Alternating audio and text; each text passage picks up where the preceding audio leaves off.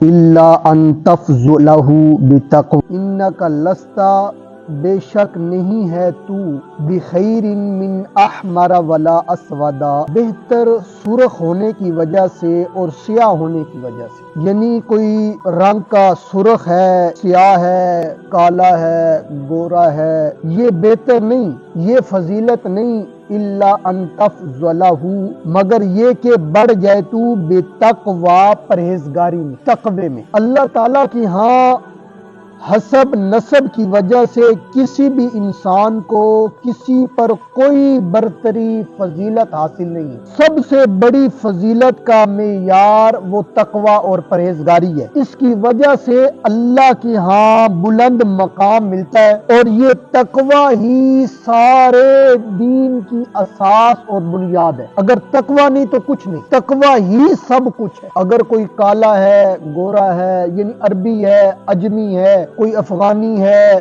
کوئی پاکستانی ہے، کوئی ہندوستانی ہے، کسی ملک میں رہنے والا ہے، اللہ کی ہاں فضیلت اس کو ہے جس کے دل میں تقوی اور پرہیزگاری ہے۔ وہ سورۃ حج میں قرآن مقدس میں اللہ کریم فرماتے ہیں نا، اللہ کے ہاں گوشت نہیں پہنچتا، خون نہیں پہنچتا، اللہ کے ہاں جو چیز پہنچتی ہے وہ تقوی، پرہیزگاری، کہ کتنے اخلاص کے ساتھ یہ کام کر رہا ہے، یہ جو عمل کر رہا ہے اس میں اخلاص کتنا ہے۔ تو اس لیے سب سے زیادہ جس پر توجہ دینی چاہیے وہ کس پر؟ اخلاص، تقوی، پرہیزگاری۔